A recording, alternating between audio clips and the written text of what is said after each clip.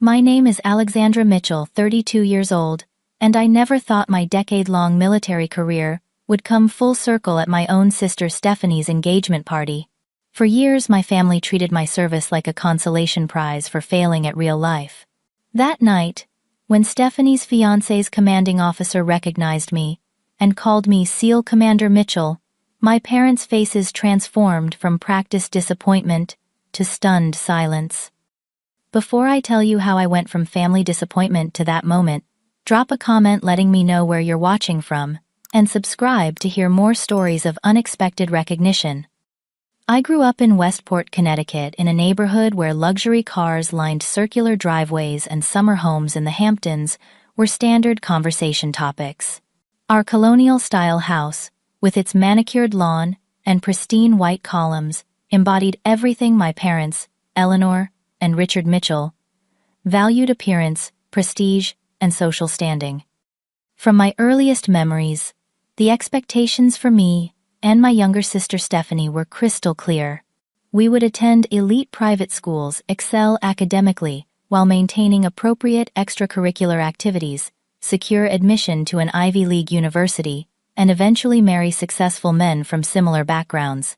My mother often reminded us, "A Mitchell woman is accomplished, poised, and above all married well." On paper, I fulfilled the first part of their plan perfectly. I maintained a 4.0 GPA at Greenwich Academy, captained the debate team, and played just enough tennis to seem well-rounded without developing unseemly muscles. But beneath the surface, something inside me rebelled against this prescribed path. While I enjoyed academic challenges, I found myself drawn to leadership roles and physical tests that made my mother purse her lips in disapproval. Stephanie, 3 years my junior, had no such contradictions. She embraced ballet lessons, social committee planning, and maintaining the perfect balance of intelligence without intimidation. She was the daughter my parents had always wanted, while I increasingly felt like an alien who had somehow landed in this family of social climbers. Alexandra has such potential, if she would just apply herself appropriately, my mother would sigh to her friends at charity luncheons, as if my academic achievements meant nothing without the right social trajectory to accompany them. The first major conflict erupted during my senior year of high school. Despite acceptance letters from Cornell and Princeton, I chose the University of Virginia on a leadership scholarship. You would have thought I announced plans to join a traveling circus. "We did not invest in your education for you to throw it away on a public university," my father thundered, his face turning the same shade as the expensive Bordeaux in his crystal glass. My mother was more tactical. "Darling, think about the connections you will miss. The right university determines your entire social circle." That evening marked the beginning of the disappointment narrative that would follow me for years. Every choice I made that deviated from their blueprint was treated as evidence of my failure to understand how the world really worked. Family dinners became tense affairs, where Stephanie's achievements were celebrated, while mine were questioned. During college, I thrived in ways my family could not comprehend. I double-majored in international relations and Arabic studies, joined ROTC, and discovered my talent for tactical thinking and crisis management. The structure, purpose, and merit-based advancement of military training spoke to something fundamental in my character that country club memberships never could. By senior year, I knew my path forward. The military offered not just a career but a community based on values I respected. When I announced my decision to enlist after graduation, the family reaction was beyond horrified. "The military is for people who have no other options," my mother declared, as if I had announced a plan to become a street performer. My father was more direct. "I will not pay another dime toward your education if you persist with this ridiculous plan." Our final dinner before I left for officer candidate school remains burned in my memory. My father, swirling his scotch with precise movements, looked me straight in the eye and said words that would echo through years of my service. "You are throwing your life away, Alexandra.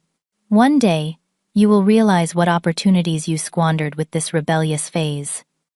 Little did he know that his dismissal would fuel a determination that would carry me through the most challenging training the American military had to offer. The first week of basic training hit me like a physical wall. Despite my athletic background, nothing had prepared me for the grueling combination of sleep deprivation, constant physical demands, and mental pressure. On the third night, lying on my bunk with muscles screaming in protest, I questioned every decision that had led me there.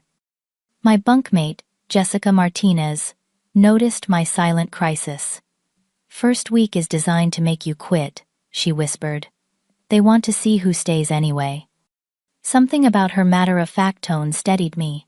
By the end of the second week, I had found my rhythm. By the fourth week, I was helping others push through their walls. The drill instructors noticed. So did another recruit named Diana Ramirez, who became my second ally in this strange new world. We formed a trio that pushed each other beyond what any of us thought possible. Where my family had seen stubborn rebellion, my instructors saw determination. Where my parents had discouraged physical toughness, my commanding officers rewarded it. After completing basic, I wrote my first letter home, carefully describing the skills I was developing and my growing sense of purpose. The response was a thin envelope containing a clipping about Stephanie's induction into an honor society and a brief note: "Hope you are finding your way. Stephanie misses you at her recitals." I folded the letter carefully and tucked it into my footlocker. That night, I ran an extra 5 miles pushing until my lungs burned and sweat soaked my uniform. During specialized training, my aptitude scores caught the attention of Commander Wallace, a stern woman with steel gray hair and evaluating eyes that missed nothing. "Mitchell," she said, after a particularly demanding tactical exercise, "have you considered special operations qualification?" I hesitated. Women were not eligible for direct combat roles until recently, ma'am. Her expression remained neutral. "Barriers are coming down for those exceptional enough to cross them. Your strategic thinking and physical capabilities suggest you might be one of them." That conversation planted a seed that grew into a consuming ambition. If I was going to be a disappointment to my family, regardless, why not push the boundaries of what was possible? Why not attempt what few women had achieved? The internal conflict was intense. The fear of failure loomed large, especially knowing my family was already primed to see my military career as a mistake. But the possibility of excelling in the most elite units pulled at something essential in my character. When I called home to share that I had been selected for special operations training, my mother sighed audibly before asking, "Is this really necessary, Alexandra? Surely there are military positions that are more appropriate for a woman. Can you not find a nice military husband instead?" Her question crystallized my resolve. I was not looking for a husband. I was looking to become someone even I did not yet fully imagine. The SEAL qualification training redefined my understanding of human limitations. The infamous Hell Week pushed candidates beyond normal endurance, with near constant physical activity, cold water immersion, and less than 4 hours of sleep across 5.5 days. More than 70% of candidates dropped out. Every fiber of my body screamed to join them, especially during the 36th hour, when hypothermia set in during a pre-dawn ocean exercise. My vision narrowed to a pinpoint, and I could no longer feel my extremities. At that moment, strangely, I remembered my father's dismissive expression when I announced my enlistment. The memory sparked something like fury, a warmth that spread from my core outward. I would not quit. I would not validate his low expectations. "Keep moving, Mitchell," I muttered through chattering teeth, and somehow my legs obeyed. When I completed the qualification course, as one of only 3 women in our group, the transformation was profound. I stood straighter. I spoke with quiet authority. I had proven something essential to myself that no family validation could have provided. My first command came 18 months later, a small tactical team with specialized language capabilities. The weight of responsibility for other lives settled onto my shoulders, heavy, but not crushing. I discovered I had a talent for inspiring confidence and making clear decisions under pressure. Our early operations built my reputation as thorough, decisive, and unusually skilled at adapting to changing circumstances. Phrases like "Mitchell's unit leaves nothing to chance" began circulating in performance reviews. Each success felt like a personal vindication, even as the distance between my military life and my family relationship grew wider. By my 5th year of service, I had developed expertise in counterterrorism tactical operations that put me on a specialized career track. My teams specialized in high-risk extraction missions, intelligence gathering in hostile territories, and precision operations, where civilian safety was paramount. The promotion to lieutenant commander came with command of an elite team of 16 operators, all with specialized skills ranging from explosive ordnance disposal to advanced medical training. The responsibility was enormous, but I had found my element. Each mission success built my confidence and the trust of military leadership. Our unit successfully extracted a diplomatic team from an embassy under siege during a coup attempt, earning commendations from the Secretary of Defense. The classified nature of our work meant public recognition was minimal, but within military circles my reputation grew solid. That December I made a rare trip home for Christmas, my first visit in nearly 2 years. I arrived bearing gifts and hoping, despite all evidence to the contrary, that my professional achievements might finally register with my parents. "Alexandra, you have lost so much weight," my mother greeted me, concern and disapproval mingling in her expression. "And your hands are so rough. Do they not have lotion in the military?" My father managed a stiff hug before immediately turning the conversation to Stephanie's new boyfriend, a Navy lieutenant named James Bradley, stationed in Norfolk. His enthusiasm about Lieutenant Bradley's career prospects contrasted sharply with his pointed lack of questions about my own service. "James comes from a military family," my mother explained over dinner. "His father was an admiral, you know, so distinguished." I nodded, cutting my turkey into precise pieces. "That is interesting. The Bradley name is well respected in naval circles. You know of his family?" My father seemed surprised that I might have professional knowledge he lacked. "I have worked with several officers from prominent military families," I replied, carefully aware of security classifications that limited what I could share. "Well, Stephanie has certainly caught a good one," my mother continued, as if I had not spoken. "They make such a handsome couple. He will likely make commander before 40. I did not mention that I was on track to achieve that rank years earlier. Some battles were not worth fighting. The following spring brought my promotion to commander, placing me among the youngest women to achieve that rank in special operations. The ceremony was attended by senior military leadership, but no family members. I told myself it was the classified nature of my work that kept them away, not their fundamental disinterest. The reality of Special Operations Command meant most of my work remained highly classified. I could not share the intelligence we gathered that prevented attacks, the hostages we recovered, or the precision with which my team executed missions with 0 civilian casualties. To my family, my vague descriptions seemed like evidence of insignificant responsibilities. During a 4th of July family gathering, my father cornered me on the patio. "Alexandra, you are approaching 35. This military phase has gone on long enough. Bradley tells us there are administrative positions that would be suitable for someone of your background." The suggestion that I should seek an administrative role when I commanded one of the most elite tactical units in the service stung more than it should have. "I am satisfied with my current position, Dad." "But what of a family, children? A real life?" he persisted. "My life is quite real," I replied, keeping my tone neutral, despite the familiar anger rising. "It simply does not match your definition." My mother's contributions were equally undermining. At every family gathering, she found ways to compare Stephanie's conventional choices favorably against my mysterious career. "Stephanie and James are looking at houses in Alexandria. Such a lovely community. Do you even have a permanent address, Alexandra?" The truth that I owned a small but elegant apartment in Arlington, that I saw perhaps 60 days a year, seemed pointless to share. In their eyes, a home without a husband was hardly a home at all. My resolve to maintain professionalism, despite personal disappointment, became a core strength.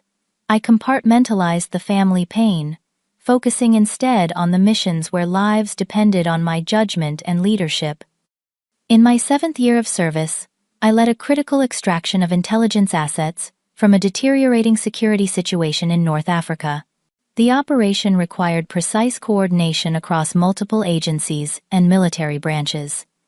When an unexpected firefight erupted during extraction, my split-second decisions saved both my team and the assets under our protection. The subsequent award ceremony was attended by Joint Chiefs representatives, but my invitation to my parents went unanswered. I received a text from Stephanie. "Sorry we cannot make your work thing. Mom is planning my engagement party." The contrast between growing recognition among my military peers and continued dismissal from my family created a peculiar disconnect in my life. In one world, I was respected, even revered for my capabilities. In the other, I remained the daughter who had taken a wrong turn and refused to correct course. The operation that would indirectly lead to the confrontation with my family began as many others had, with a pre-dawn briefing and a high-risk extraction plan. An American aid worker and 3 local medical personnel had been taken hostage in a region controlled by extremist militants. Intelligence suggested a narrow window for extraction before the hostages would be moved to a location beyond our operational reach. What made this mission different was the compressed timeline and limited intelligence. We would be operating with minimal ground support in territory where multiple hostile factions operated. The decision to proceed came directly from the Secretary of Defense, with the understanding that failure would have significant diplomatic repercussions. For 48 hours, my team and I planned contingencies for every foreseeable complication. When we deployed, each operator knew their role with absolute clarity. The insertion went precisely as planned, but during extraction we encountered a previously unknown checkpoint that forced a route change.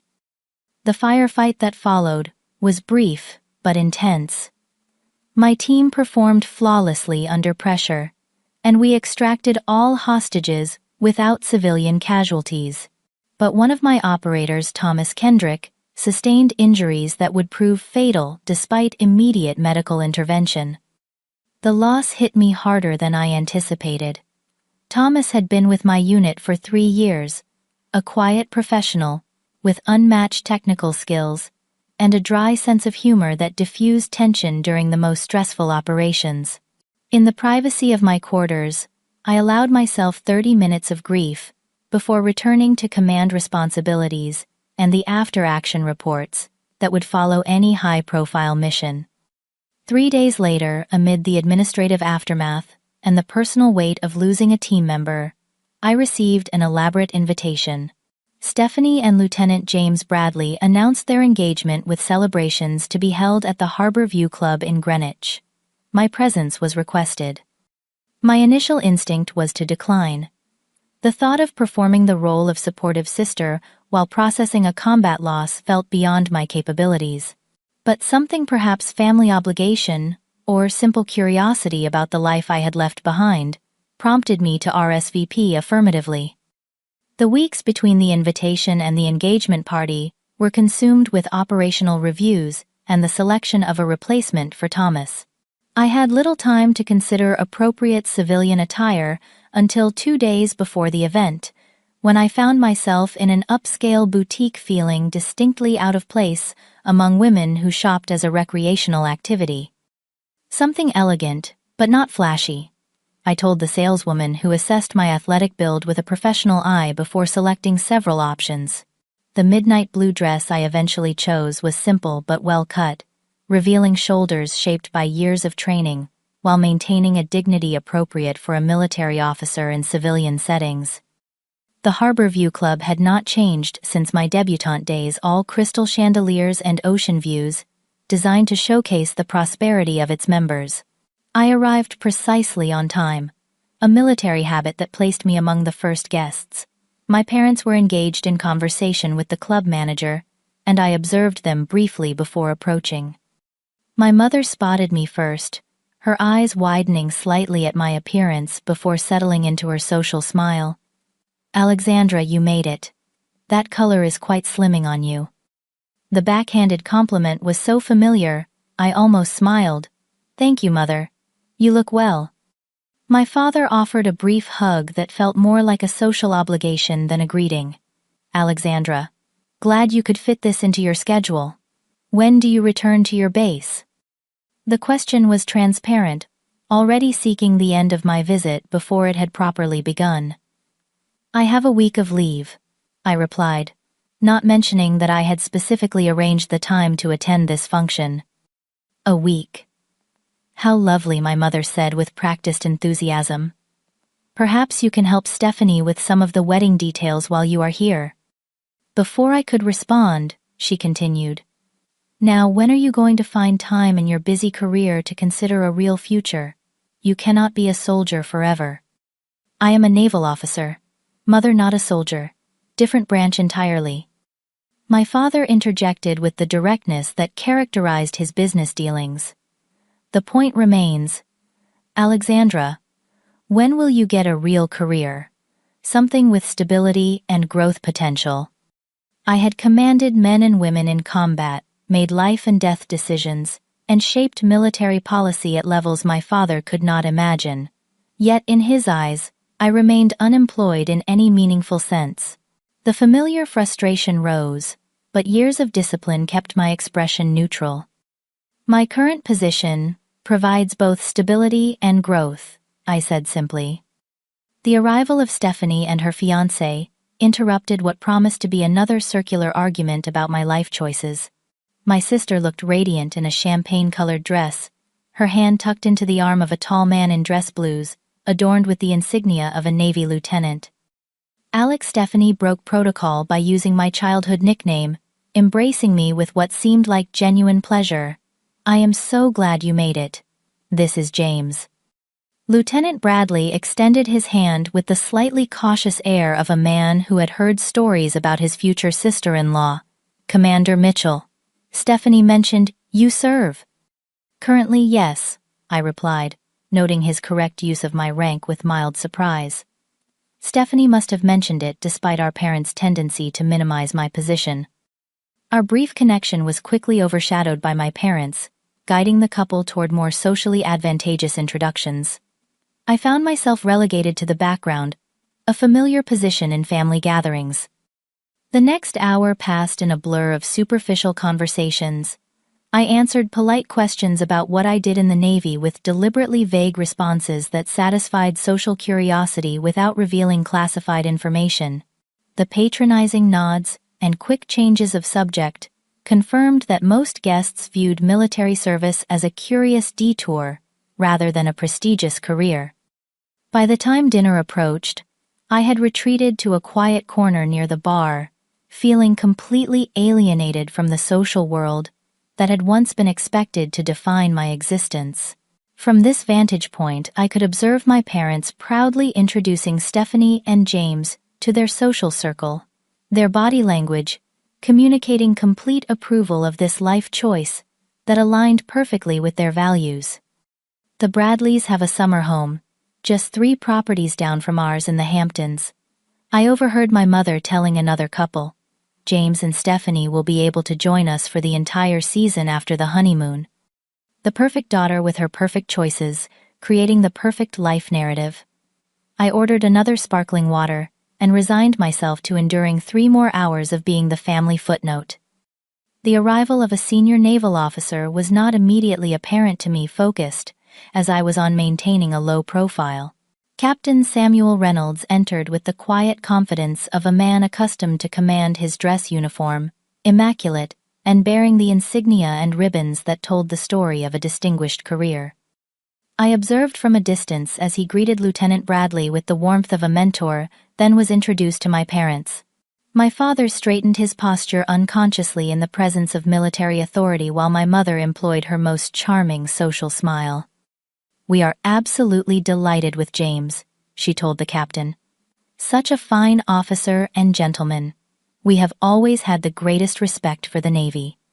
From my position, I could see Captain Reynolds nodding politely his expression, revealing nothing of his thoughts on this transparently selective appreciation for military service. James speaks very highly of your leadership, Captain, my father added.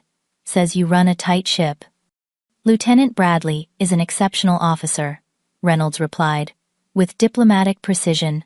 You must be very proud of both your daughters. I understand your eldest serves as well. My mother's smile tightened, almost imperceptibly. Yes, Alexandra is in the Navy too, in some capacity. The dismissive qualifier hung in the air for a moment before my father smoothly redirected. James tells us you were recently stationed in the Persian Gulf. Fascinating region. I might have remained unnoticed throughout the evening had Stephanie not spotted me and waved me over with an enthusiasm I could not politely ignore. As I approached the group, I maintained the reserved demeanor that had become second nature in civilian settings.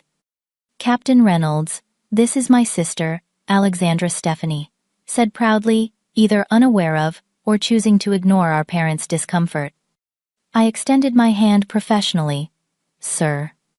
The moment Captain Reynolds truly saw me, his expression transformed from polite interest to shock, then immediate recognition. His posture straightened automatically, and to the visible confusion of everyone in our small circle, he rendered a crisp salute. Commander Mitchell, he said, his tone shifting to one of profound respect. It is an honor to meet you in person, ma'am. The formal address and salute to a family member they had been dismissing for years visibly stunned my parents. Lieutenant Bradley's jaw literally dropped as he looked between his commanding officer and his future sister-in-law.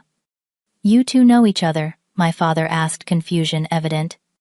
Not personally, Captain Reynolds replied, lowering his salute but maintaining a deferential posture that was completely at odds with the family dynamic. But Commander Mitchell's reputation precedes her. She commands one of the most elite special operations units in the Navy. My mother's carefully maintained social expression faltered. Special operations. Yes, ma'am, Reynolds continued, apparently unaware of the seismic shift occurring in my family's understanding. Commander Mitchell's tactical innovations have been adopted as standard protocol in joint operations. Her unit has the highest success rate and lowest casualty statistics in the service. Lieutenant Bradley was staring at me with new eyes. You are that Commander Mitchell? The one who led the embassy extraction last year? I nodded, slightly uncomfortable with the attention, but unwilling to diminish my accomplishments any longer. My team performed exceptionally during that operation. Performed exceptionally, Reynolds echoed with a short laugh. Commander, your tactical decisions during that operation are now case studies at the Naval Academy. My parents stood frozen, social smiles plastered on faces that could not quite process this new reality. The daughter they had dismissed as wasting her potential commanded the respect of senior military officers and led operations significant enough to become teaching material. Captain Reynolds turned to my parents, his expression serious. Mr. and Mrs. Mitchell, your daughter is one of the finest officers I have had the privilege to serve alongside, if only tangentially. Her reputation for strategic thinking and leadership is unparalleled. We had no idea Alexandra was so involved, my mother managed, her voice faint. The classified nature of Commander Mitchell's work likely prevents her from sharing details. Reynolds explained unwittingly, offering context for years of my vague descriptions. But I can tell you that her tactical decision-making during the Ramadi operation saved my nephew's life. He served with the support unit during that extraction. The personal connection seemed to finally penetrate my father's stunned expression. Your nephew was there? Yes, sir. Along with 20 other service members who returned home safely due to your daughter's leadership. As if drawn by some invisible signal, other military guests began to gravitate toward our conversation. A Marine major approached, with barely contained excitement. Commander Mitchell, Major Lewis, 2nd Marine Division. Your joint operation protocols saved my unit significant casualties during our deployment. It is an honor to meet you.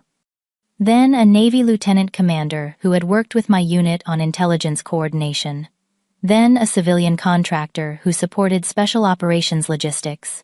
Each acknowledged me with the deference accorded to respected leadership, creating a surreal contrast to my family's long-standing dismissal. I watched my parents' worldview visibly crumbling as their social peers, people whose opinions they valued, expressed admiration for the daughter they had written off. My mother's shocked expression gradually transformed to something calculating, as if reassessing my value in her social calculations. Stephanie looked genuinely proud, though confusion lingered in her expression. "Alex, why did you never tell us?" "Most of my work is classified," I replied simply. And when I did try to explain my responsibilities in general terms, there seemed to be limited interest. My father cleared his throat, clearly attempting to process this public revelation while saving face. "We always knew Alexandra had leadership potential," he stammered the statement, so at odds with years of dismissive comments that I nearly laughed aloud. "My mother ever?" The social tactician recovered more quickly. "Alexandra has always been so modest about her accomplishments," she said smoothly, placing a hand on my arm, as if we shared a close bond. "We respect her discretion on sensitive matters." The naked revisionism might have angered me in the past. Now, observing their scramble to align themselves with my unexpected status, I felt a strange detachment. The validation I had unconsciously sought for years had arrived, but its impact was not what I had imagined.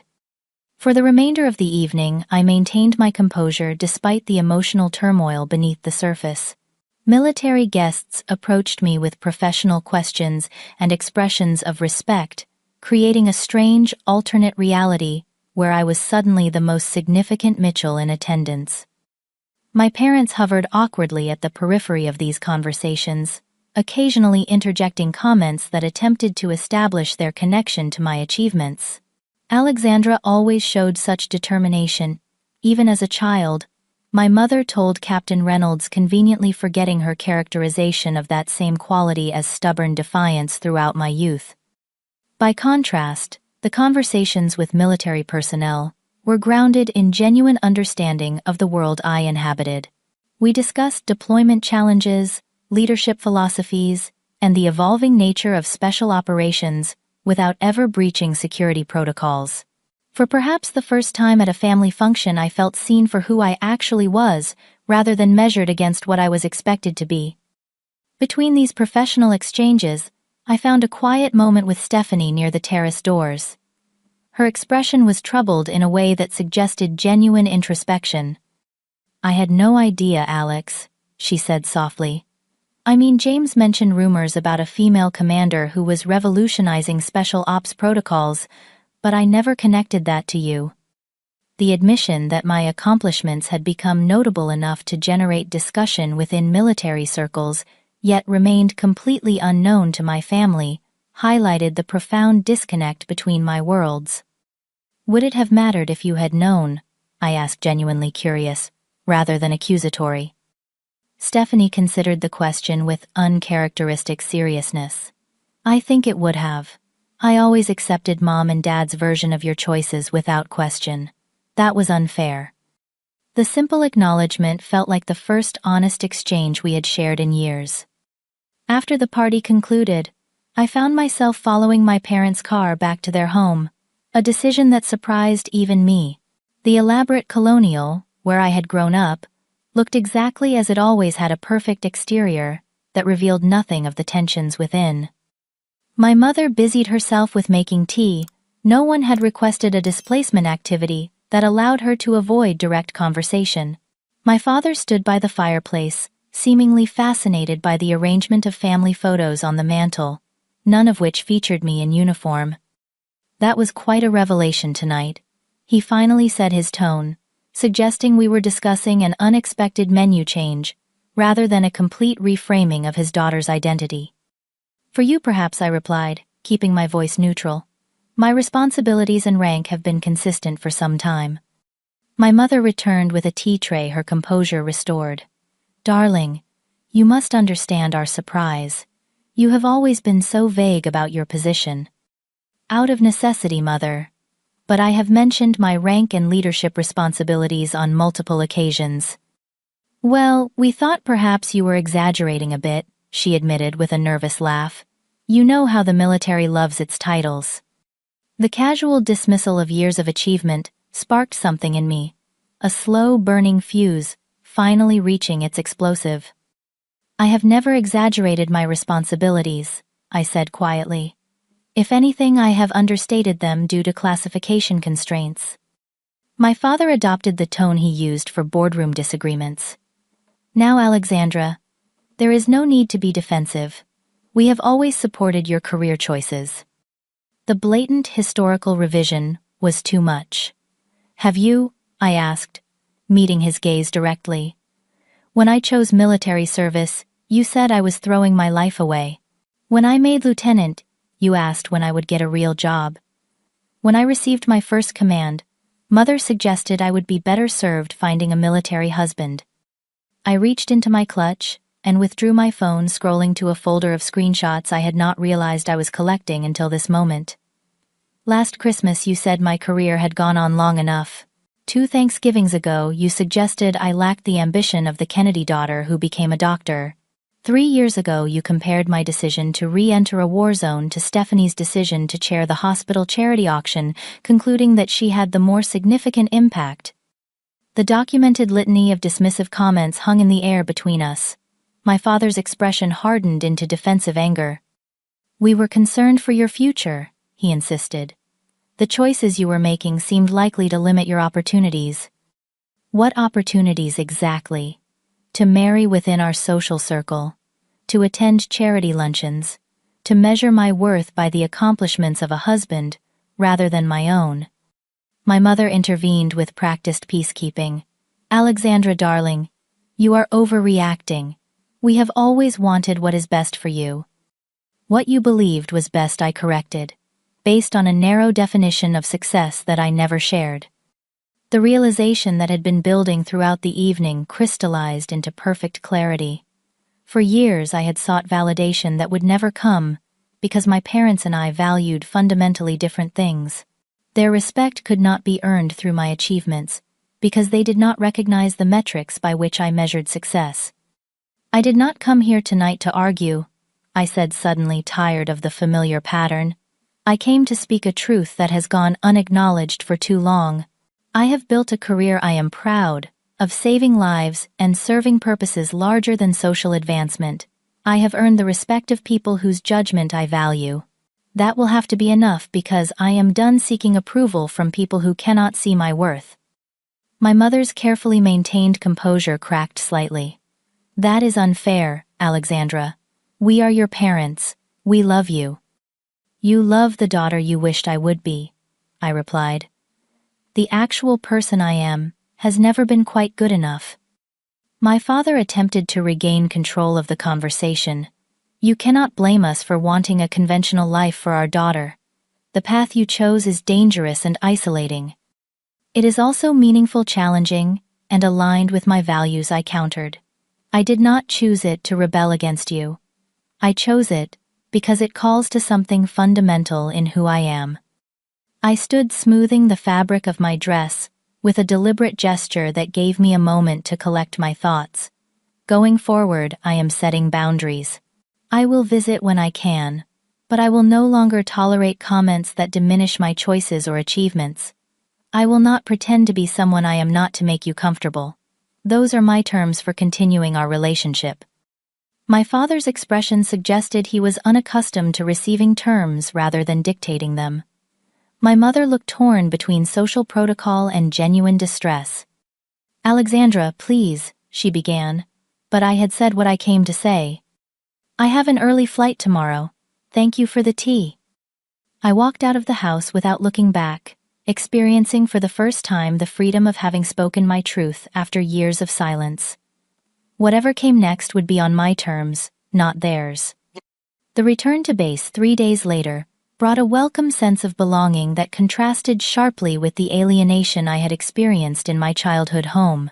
The familiar rhythm of operations planning, personnel management, and training oversight grounded me in an identity built through years of dedicated service. That afternoon, I met with Commander Wallace, now Captain Wallace, and one of my most trusted mentors. Her office remained Spartan, reflecting her no-nonsense approach to leadership that had shaped my own command style. "How was the family event?" she asked, her direct gaze suggesting she sensed the significance of the question. "Illuminating," I replied. For the first time, my actual role and rank were acknowledged, though not by choice. She nodded thoughtfully. "The need for family validation is a powerful force, Mitchell. Many of us spend years seeking approval from people incapable of providing it. I believe I am finally ready to release that expectation," I admitted. The recognition changed nothing fundamental in our relationship. "That realization is valuable, if painful," Wallace observed. "We all must eventually decide whose respect matters to us, and whose opinions we can set aside." Our conversation shifted to operational matters, including the news that my unit had been selected for a classified deployment that represented the pinnacle of special operations responsibility. The assignment confirmed the military leadership's confidence in my tactical judgment and command capabilities. That evening, a text message from Stephanie appeared on my phone. "I have been thinking about everything. I realize I never really knew what you do or who you are. I would like to change that if you are willing. Coffee next time you are home." The olive branch was unexpected, but welcome. While our parents remained entrenched in their worldview, perhaps my sister and I could establish a relationship based on who we actually were, rather than family expectations. "I would like that," I replied. "My schedule is unpredictable, but I will make time when I can." 2 weeks later, I hosted a small gathering in my Arlington apartment for what I had come to consider my true family, the colleagues and fellow service members who understood the world I inhabited. Diana from basic training, now a lieutenant commander herself. Jessica, who had transitioned to intelligence operations with distinction. Members of my current command team, who had become more than colleagues through shared challenges and triumphs. To Commander Mitchell, Diana toasted, raising her glass. "Who proves daily that leadership is about competence, not conformity." The warmth of being truly seen and valued by people whose judgment I respected reinforced the rightness of the path I had chosen, regardless of my family's approval. A month passed before an unexpected communication arrived from my father. The email was formal, almost businesslike in its opening, but its content revealed an unprecedented vulnerability. "Alexandra, I have been reflecting on our conversation and the revelations at Stephanie's engagement party. I realize I have failed to understand or acknowledge your achievements on their own terms. My dismissal of your career choices came from ignorance and fear, rather than reasoned judgment. If you are willing, I would like to learn more about your work, to the extent security classifications allow. Your mother and I would welcome an opportunity to begin again, with greater respect for the path you have chosen." I read the message several times, searching for the manipulative subtext I had come to expect from family communications. Finding none, I allowed myself to consider whether limited re-engagement might be possible on the new terms I had established. After careful consideration, I composed a measured response, accepting the opening for renewed contact, while maintaining clear boundaries about respectful engagement. The subsequent video call was awkward, but marked by my father's uncharacteristic willingness to listen, rather than pronounce judgment. "The captain at Stephanie's party mentioned your tactical innovations," he said clearly, making an effort to engage with my professional identity. "Are you able to explain what that means in general terms?" For perhaps the first time, I shared the broad outlines of my leadership philosophy and approach to operations planning without encountering immediate dismissal or comparison to more appropriate career paths. The following month brought a similarly stilted but genuine effort from my mother. She arrived for lunch at a restaurant near the Pentagon, with a nervous energy I had rarely witnessed in her typically composed demeanor. I brought something, she said, withdrawing a folder from her purse. "Stephanie helped me find these online." Inside were printouts of redacted mission reports and military newspaper articles that mentioned my unit's achievements without revealing classified details. She had highlighted passages and added post-it notes with questions. "I realize I know almost nothing about what you actually do," she admitted. "I have been trying to understand." The awkward gesture touched me more deeply than I anticipated. "Thank you for making the effort, Mother." "I cannot pretend to be comfortable with the risks you take," she continued, her hands fidgeting with her napkin, "but I am trying to separate my fear for your safety from judgment of your choices." "That is all I have ever asked," I replied. Over the following months, a new pattern emerged. My parents maintained contact with cautious respect for my boundaries. My father, whose identity had been built on corporate achievement, gradually developed genuine interest in military strategy and leadership principles. My mother never fully embraced my career choice, but learned to express her concerns without undermining my accomplishments. During a rare weekend visit home, my father made an admission I never expected to hear. "I think I always knew you were exceptional, Alexandra," he said as we walked the property that had once felt like a beautiful prison. "My disappointment came from fear that the world would not recognize that exceptionalism in the path you chose. I was wrong about that. The metrics of success that matter to me are different from yours," I replied, "but equally valid." "I see that now," he acknowledged. "It took Captain Reynolds saluting my daughter in the middle of a social gathering to make me question my assumptions." The conversation marked a turning point in our relationship. We would never share the easy closeness I observed in other families, but we had established a foundation of mutual respect that had previously been absent. More significant than this family reconciliation was my own internal shift. I no longer measured my worth against their approval. The validation I had unconsciously sought for years had become irrelevant compared to the knowledge of my own capabilities and the respect of those whose values aligned with mine. Leading my unit through subsequent deployments, I brought a new clarity to my command decisions. Without the distraction of seeking external validation, my focus narrowed to the mission objectives and the welfare of those under my command. This clarity translated to even greater operational success and further recognition from military leadership. The journey from family disappointment to respected commander taught me that true success comes not from meeting others' expectations, but from aligning your actions with your own values and capabilities. Family approval, while emotionally significant, cannot replace the deep satisfaction of living authentically. For those of you watching who recognize your own family dynamics in this story, remember that the path to self-acceptance often requires releasing the need for validation from those unable to provide it. Your worth is not determined by others' ability to recognize it. Build your life around the values that resonate with your authentic self, and you will find your true family in those who appreciate you for who you actually are, not who they wish you would be. If this story resonated with you, please leave a comment sharing your own experience with family expectations. Have you ever had a moment where your true value was recognized after years of dismissal? Did it change your family relationships, or did it change you? Like and subscribe for more stories about finding your authentic path despite others' expectations, and share this video with someone who might need to hear that their unconventional choices can lead to exceptional outcomes. Thank you for listening to my journey from family disappointment to SEAL Commander.